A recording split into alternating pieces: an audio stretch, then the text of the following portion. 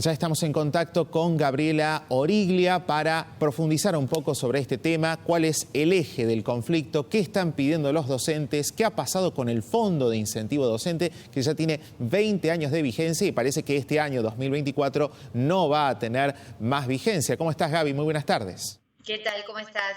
Efectivamente, bueno, por un lado va la paritaria provincial, que es la discusión que resolverá esta tarde la UPC, si acepta o no la nueva propuesta del gobierno, y la Nación ha trasladado a las provincias la resolución de qué hacer con el Fondo de Incentivo Docente.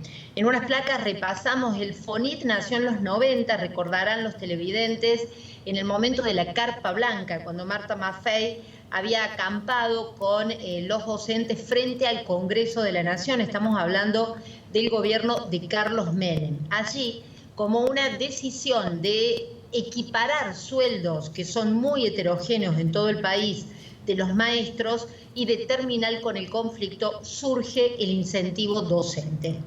Se iba renovando año por año y la última renovación llegó al 31 de diciembre. Esto está discutido porque como hay una prórroga del presupuesto 2023 para este año determinada por el gobierno de Milei, hay quienes dicen que prorrogado el presupuesto sigue el Fondo de Incentivos Docentes. ¿Cómo se costeaba? Se lo hacía por un impuesto a los autos que se pagaba con fin específico, es decir, todo lo que ingresaba de dinero a la recaudación tenía que ir a ese fondo.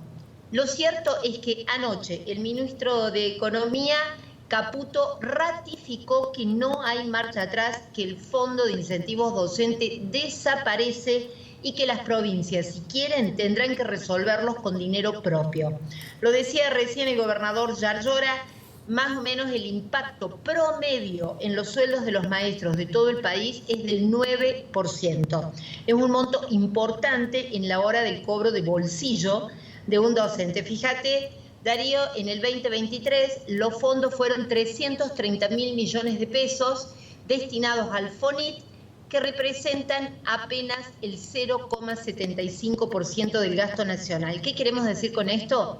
Si tiene que ver con el peso presupuestario del FONIT, no le implica un ahorro importante al gobierno nacional, se genera un conflicto que abarca a todo el país porque impacta directamente sobre los ingresos docentes, pero hay una decisión política de hacerlo desaparecer. Te diría que la explicación tiene un fundamento claramente más político que económico.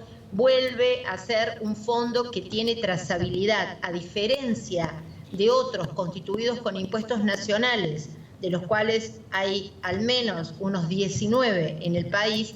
Este fondo llega a las provincias y va a los docentes, no constituye ninguna caja negra, como suele decir el presidente Javier Milei de los gobiernos provinciales. Claramente, Gaby, los planes de lucha de los gremios sirven también para tratar de pelear por sus intereses, ¿no? Para tratar de lograr, por ejemplo, aumentos salariales, para evitar en este caso la quita del FONIT, bueno, algo que evidentemente se ha materializado a través del gobierno nacional, pero a esto se le suman las declaraciones del vocero presidencial en la jornada de hoy, Manuel Adorni, quien asegura que la educación es un servicio esencial o va en ese camino, lo que va a impedir los paros nacionales, ¿no? Los paros generales de los docentes. Ahí está el punto. El gobierno busca, a través de declarar esencial el servicio educativo, que no haya paros. Recordemos que provincias como Mendoza y recientemente Córdoba han creado, en el caso de Córdoba, este extra del 10% que es un aliciente a no faltar. Se pueden tener solamente 3 faltas justificadas a lo largo de un mes o una sola injustificada.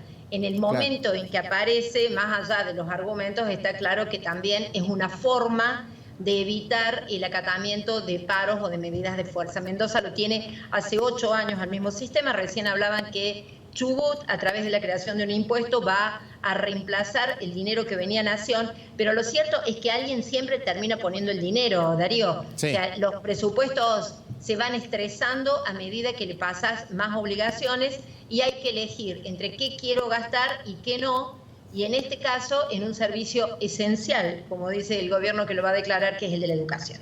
Sin la ayuda de la Nación habrá que ver cómo se ajustan cada una de las provincias. Muchísimas gracias, Gaby, muy amable. Gracias, Darío, buenas tardes.